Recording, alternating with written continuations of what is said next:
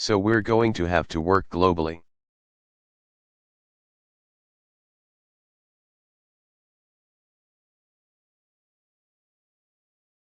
And one of the topics, I'm sure, when I go to the United Nations General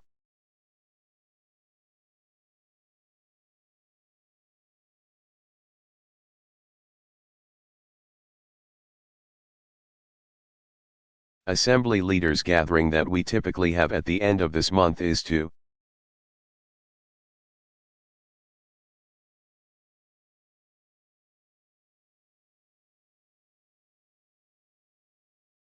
start coming up with a more effective structure for an international response.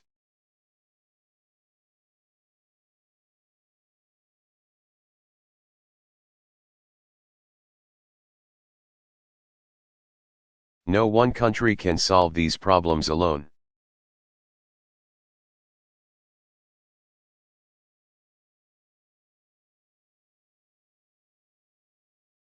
But the United States, obviously, as the world's leader, and NATO.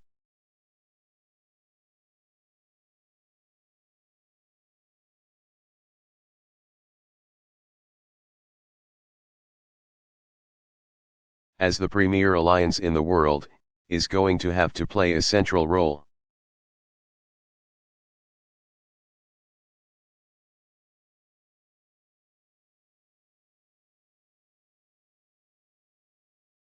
Moderator Perry, I want to thank the LT.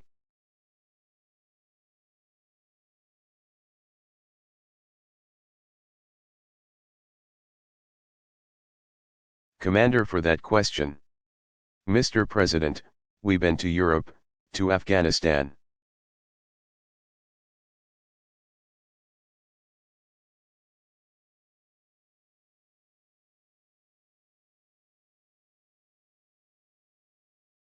We've gone online, so I think it's time we come back to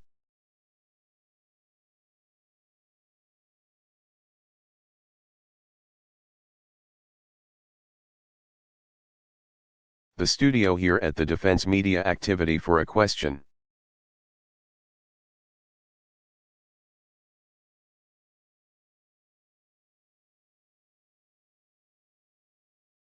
President Obama, let's do it.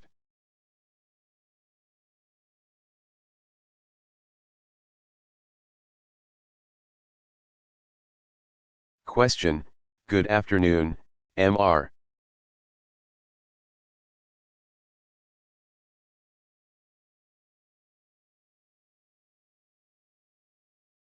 President. Inaudible from Arizona. You allude to in your opening remarks the threat that cyber currently is.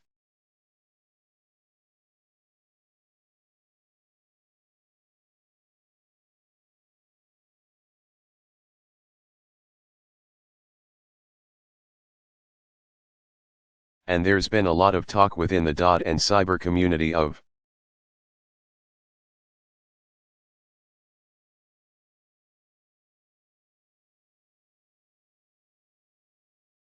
the possibility of a separate branch of the military dedicated to cyber.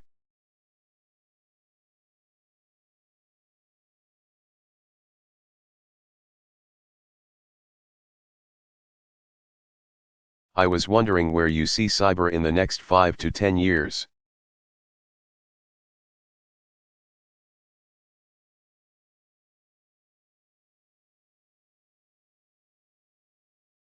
President Obama, well, it's a great question.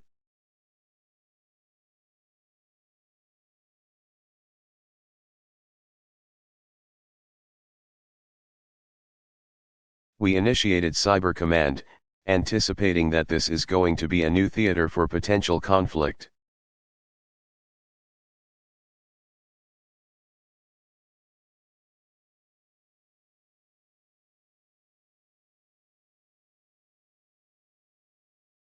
And what we've seen by both state and non-state actors is the increasing sophistication of hacking.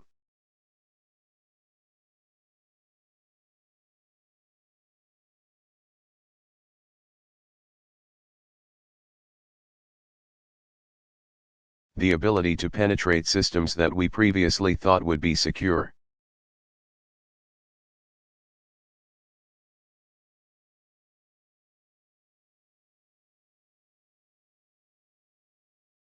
and it is moving fast. So, offense is moving a lot faster than defense.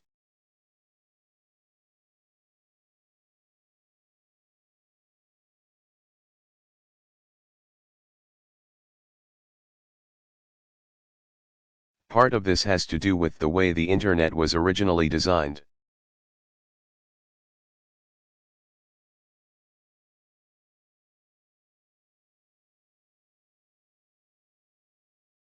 It was not designed with the expectation that there would end up being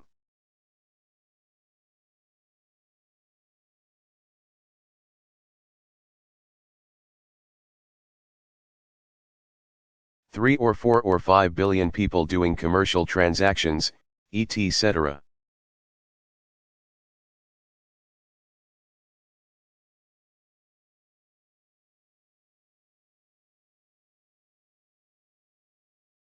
It was thought this was just going to be an academic network to share papers and formulas and whatnot.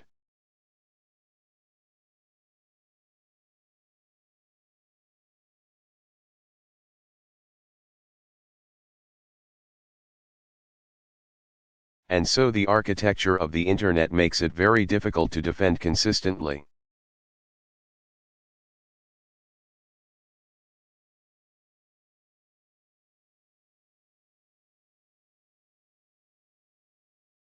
We continue to be the best in the world at understanding and working within cyber.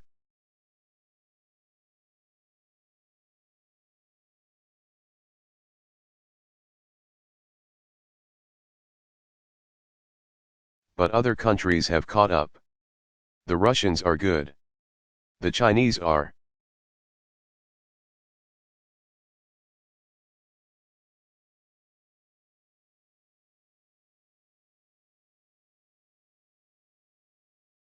good.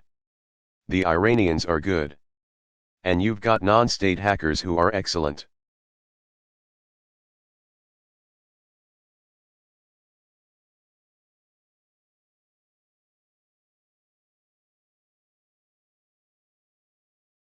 And unlike traditional conflicts and aggression, oftentimes we don't have a return address.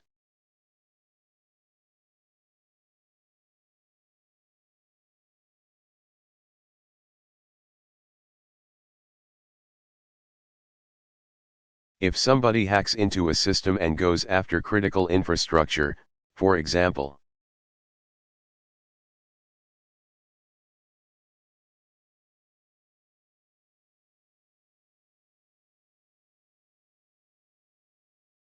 or penetrates our financial systems, we can't necessarily trace it directly to that state or that actor.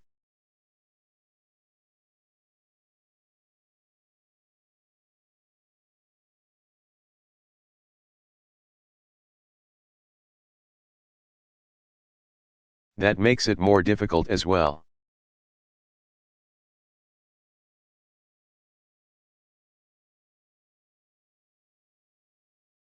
So what we've done is to try to emphasize, number 1, the need for a coordinated response.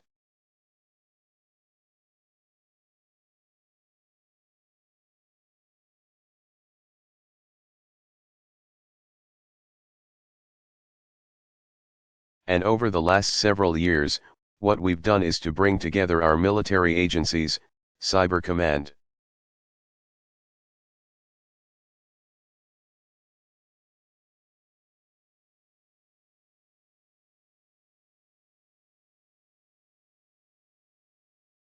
with the NSA, with our intelligence, and working with the private sector to try to strengthen our defenses much better.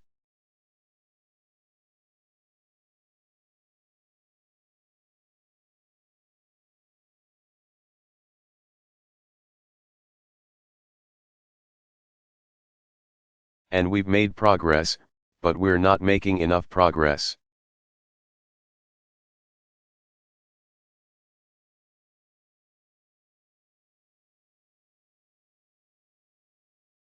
So I would anticipate that we are going to have to do more both through the Defense Department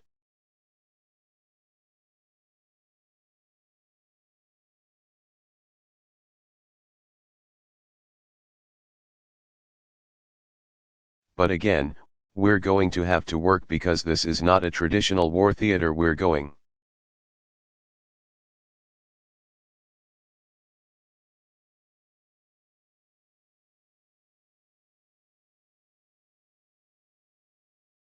to have to work with a whole bunch of other actors and coordinate with them much more effectively.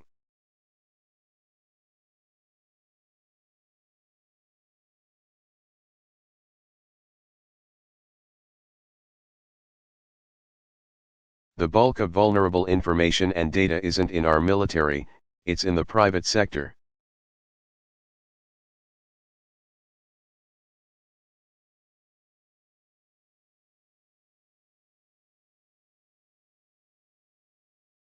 It's throughout our economy. It's on your smartphones. And so we're going to have to both strengthen overall networks.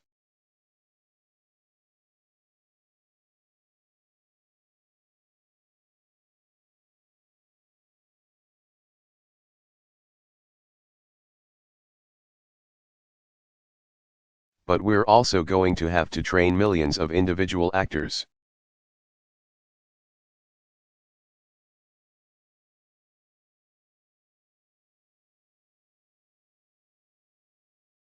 Small businesses, big vendors, individuals in terms of basic cyber hygiene.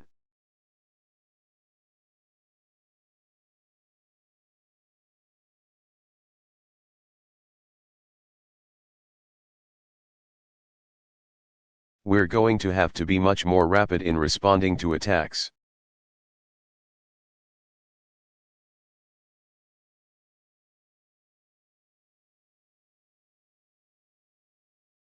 And this is something that we're just at the infancy of.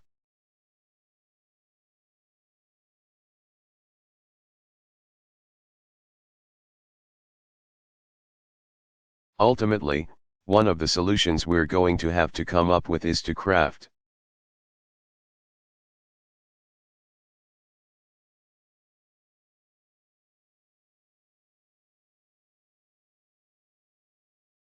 agreements among at least state actors about what's acceptable and what's not.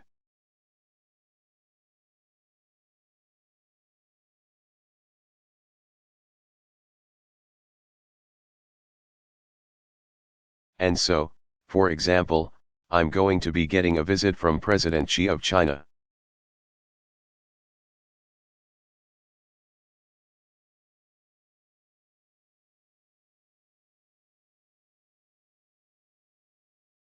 A state visit here coming up in a couple of weeks.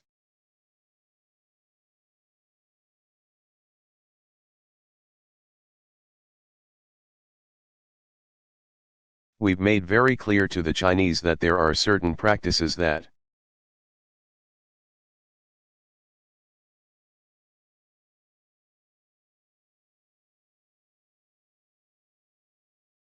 they're engaging in that we know are emanating from China and are not acceptable.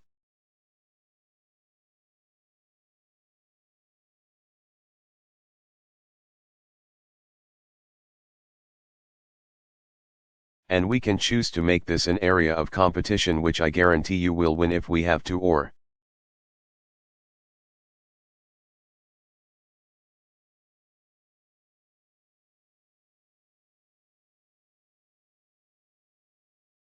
alternatively, we can come to an agreement in which we say, this isn't helping anybody.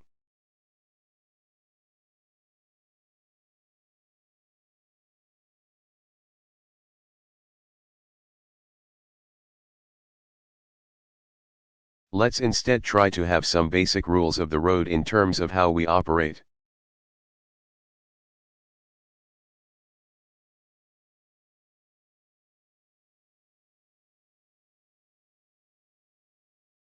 Now, as I said, there's still going to be individual actors.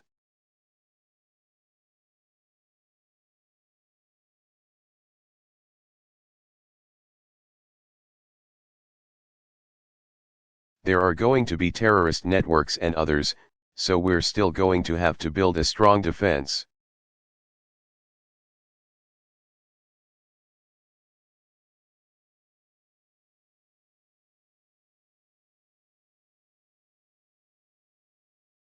but one of our first and most important efforts has to be to get the states that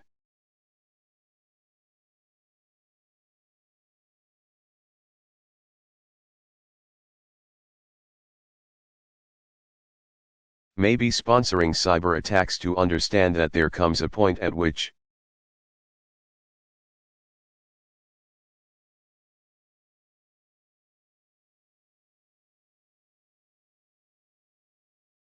we consider this a core national security threat and we will treat it as such.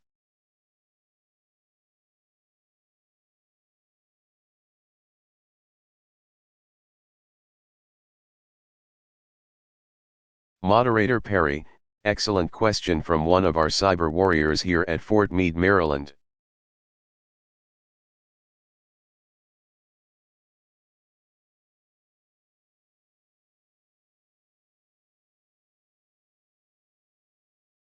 President Obama, he looks like he knows what he's doing.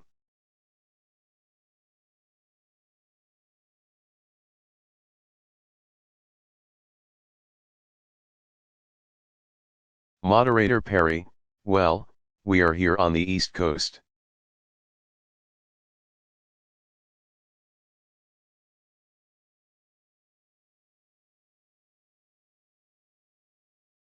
But I hear Petty Officer Lori Bent wants to take us all the way to the West Coast for your next question.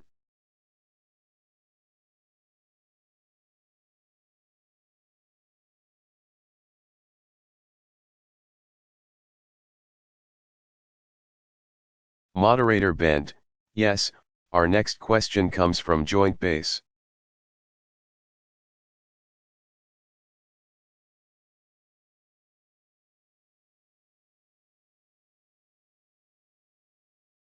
Lewis McCord from AC-17 Instructor Pilot, Major Jennifer Moore.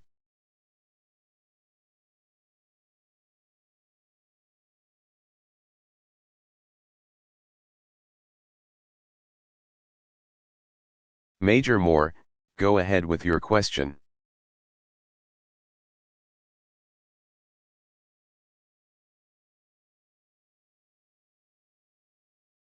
Major Moore, MR.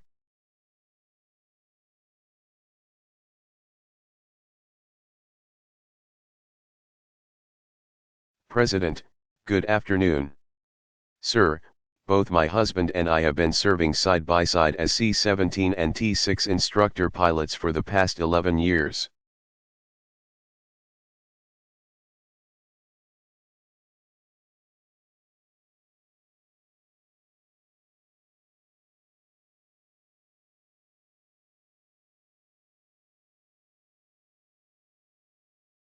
And we have two amazing and thriving children. How do you and Mrs. Obama know?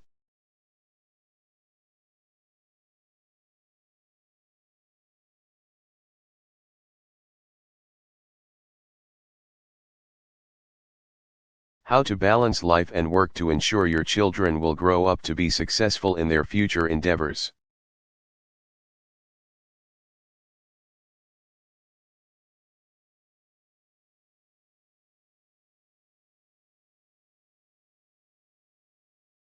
President Obama, well, first of all, thanks to you and your husband both for serving.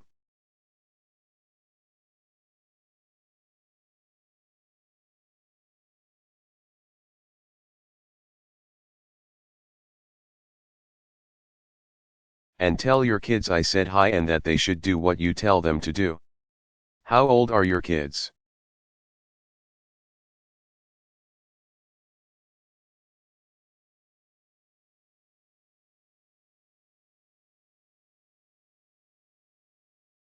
Major Moore, well, my daughter, Gabby, is 7 and my son, Robert, is 4.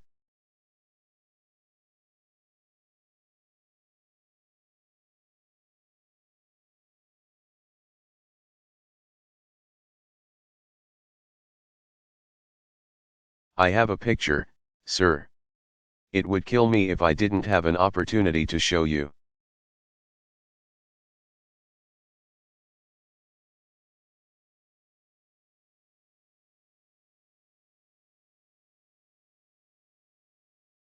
President Obama, sure.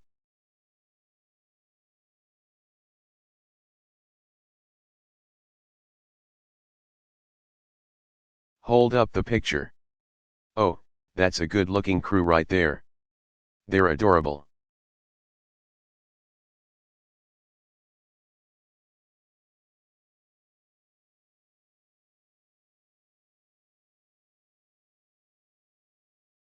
Major Moore, absolutely.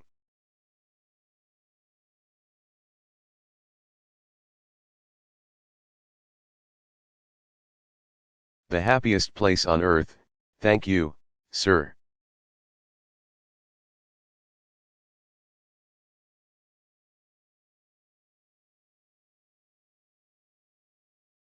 President Obama, well, I'll give you the best advice that I probably can offer is for me.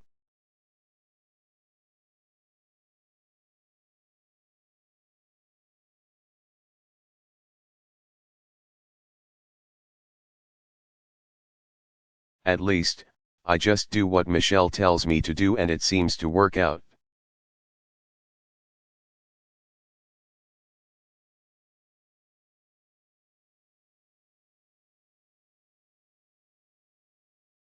And your husband may take the same approach.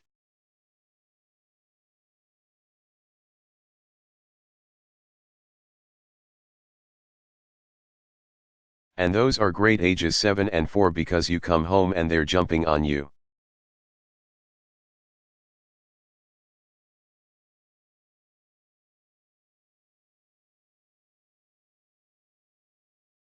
And so excited to see you.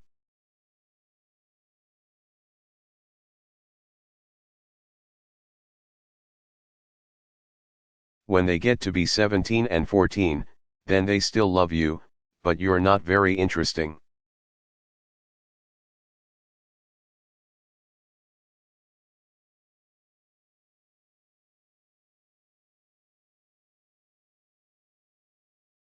But everybody here, the demands of your jobs are so extraordinary.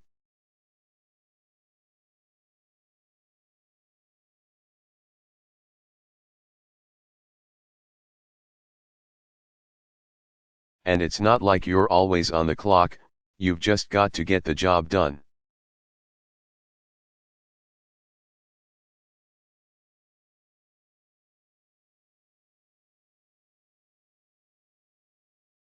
And that puts a lot of pressure on folks.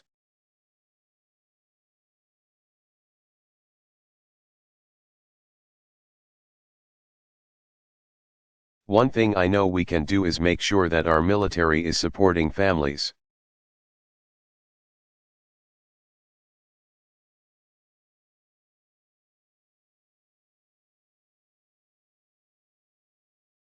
And that means making sure that housing and childcare, all the things that go into supporting families when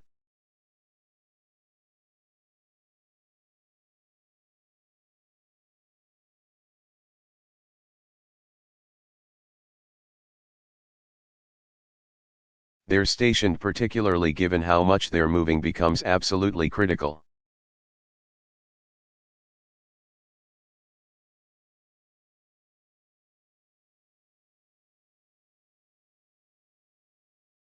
And Michelle has worked with Dr.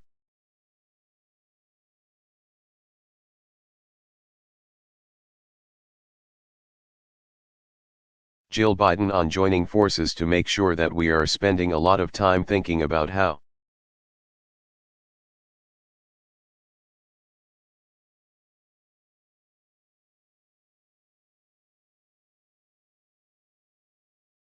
are we supporting military families on an ongoing basis, including those spouses who are not in.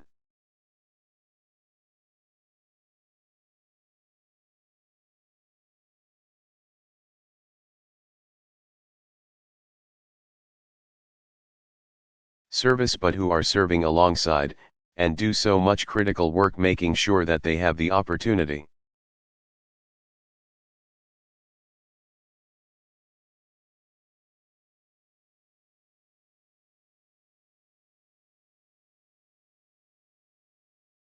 For example, to find a job if they're getting transferred.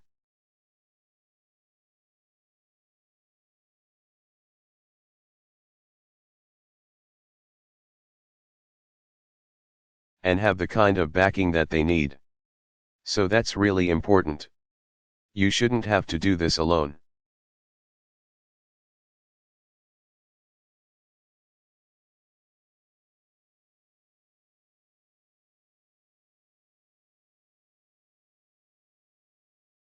What Michelle and I did with Malia and Sasha, I think early on, is we just were a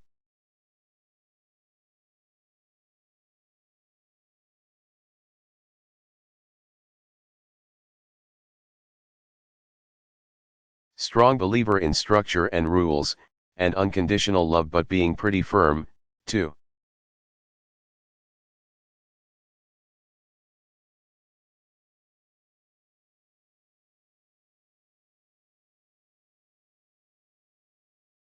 We started real early.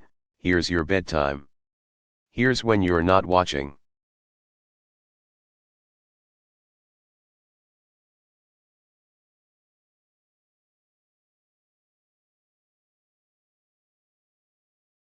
TV. You'll sit there and eat your vegetables even if we have to sit there with you.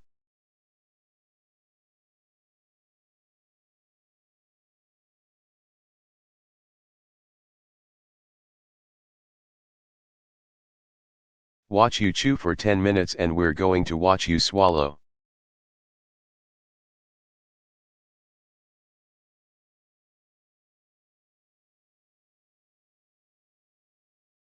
And part of that involves just loving those kids to death.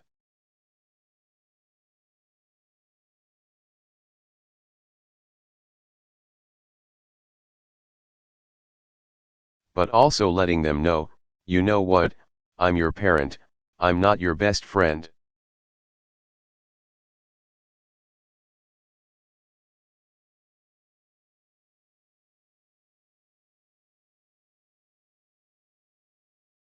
So I'm not that interested in what your friends are doing, they've got parents.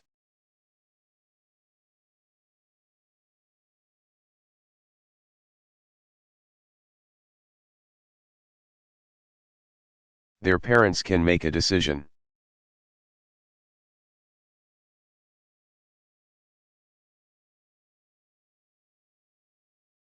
This is what you're doing in our house.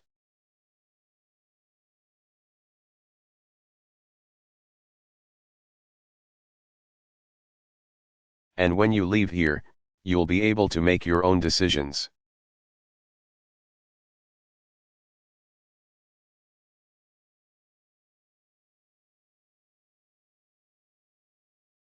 But we're trying to prepare you so that you've got some sense when you get out of here.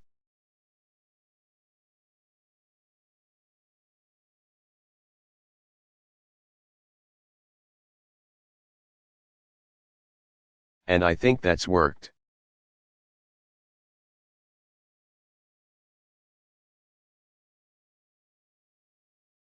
I think that's been appreciated. Sometimes they complain. They say,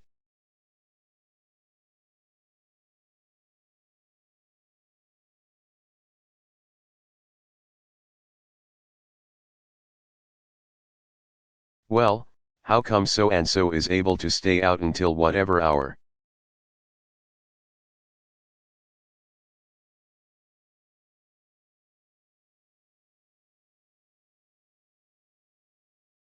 It's like, well, that's not really our problem, is it?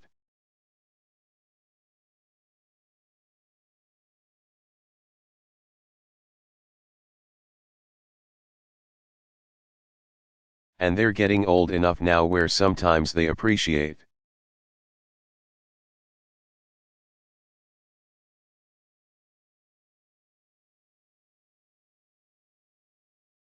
It mainly because they also know that we adore them.